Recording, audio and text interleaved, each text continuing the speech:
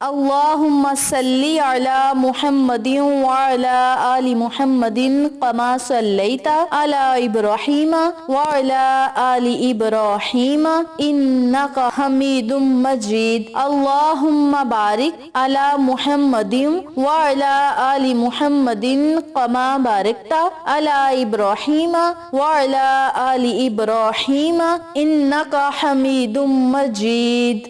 محترم سامعین، السلام علیکم ورحمۃ اللہ وبرکاتہ۔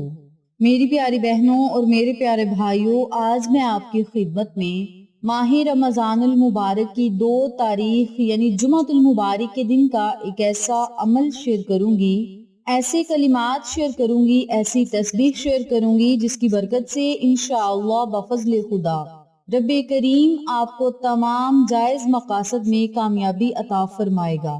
دنیا کی ہر پریشانی سے آپ کو نجات ملے گی۔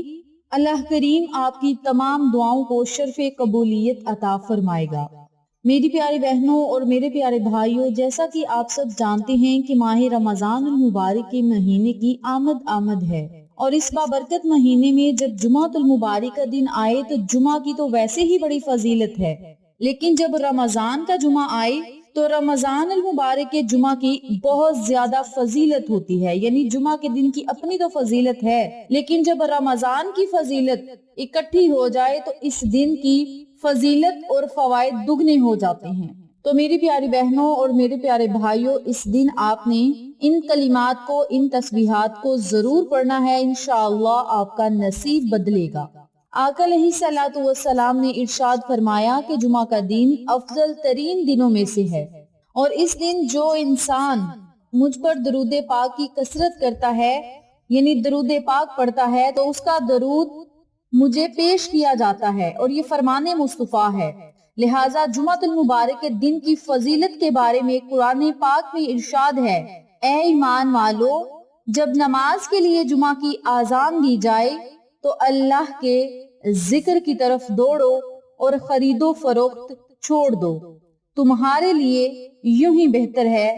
تو میری پیاری بہنوں اور میرے پیارے بھائیوں، جمعۃ المبارک والے دن آپ نے کون سا عمل کرنا ہے، کس طریقہ کار سے کرنا ہے، اس بارے میں جاننے کے لیے میری آپ سے دلی گزارش ہے کہ ویڈیو کو آخر تک ضرور دیکھیے گا، اور جن لوگوں نے ابھی تک میرے چینل اقصیٰ اسلامک ایجوکیشن کو سبسکرائب نہیں کیا وہ جلدی سے سبسکرائب کریں، ویڈیو کو لائک کریں، شیئر کریں، اور ساتھ موجود بیل آئیکن کو دبا کے آل نوٹیفیکیشن پہ کلک کریں تاکہ میری ہر نئی آنے والی ویڈیو کی اپڈیٹ آپ تک بآسانی پہنچ سکے۔ جزاک اللہ۔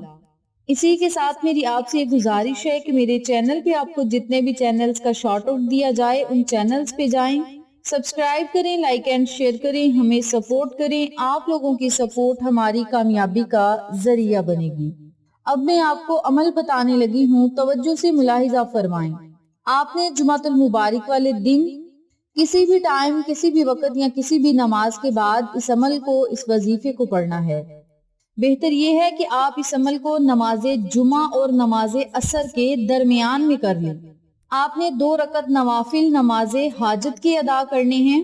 نوافل اس ترتیب سے پڑھنے ہیں کہ سورۃ فاتحہ کے بعد 11 مرتبہ سورۃ اخلاص پڑھنی ہے، پھر رکوع سجود چلے جانا ہے، دوسری رکعت ادا کرنی ہے، دوسری رکعت میں سورۃ فاتحہ کے بعد 21 مرتبہ سورۃ اخلاص پڑھنی ہے، پھر آپ نے رکوع سجود جانا ہے، سلام پھیرنی ہے، سلام پھیرنے کے بعد اسی جگہ بیٹھ کر 100 مرتبہ استغفر اللہ الذی لا الہ الا هو الحی القیوم واتوب الیہ، ان کلمات کو آپ نے 100 مرتبہ پڑھنا ہے۔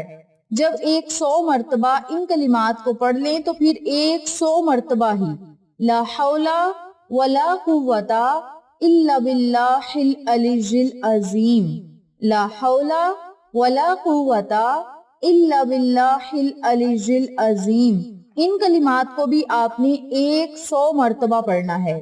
اور جب آپ 100 مرتبہ ان کلمات کو بھی پڑھ لیں تو پھر آپ نے 1100 مرتبہ یا غنیوں یا غنیوں یا غنیوں کا ورد کرنا ہے۔ آخر میں درود پاک پڑھیں، اللہ رب العزت سے بہت زیادہ دعائیں کریں، التجائیں کریں،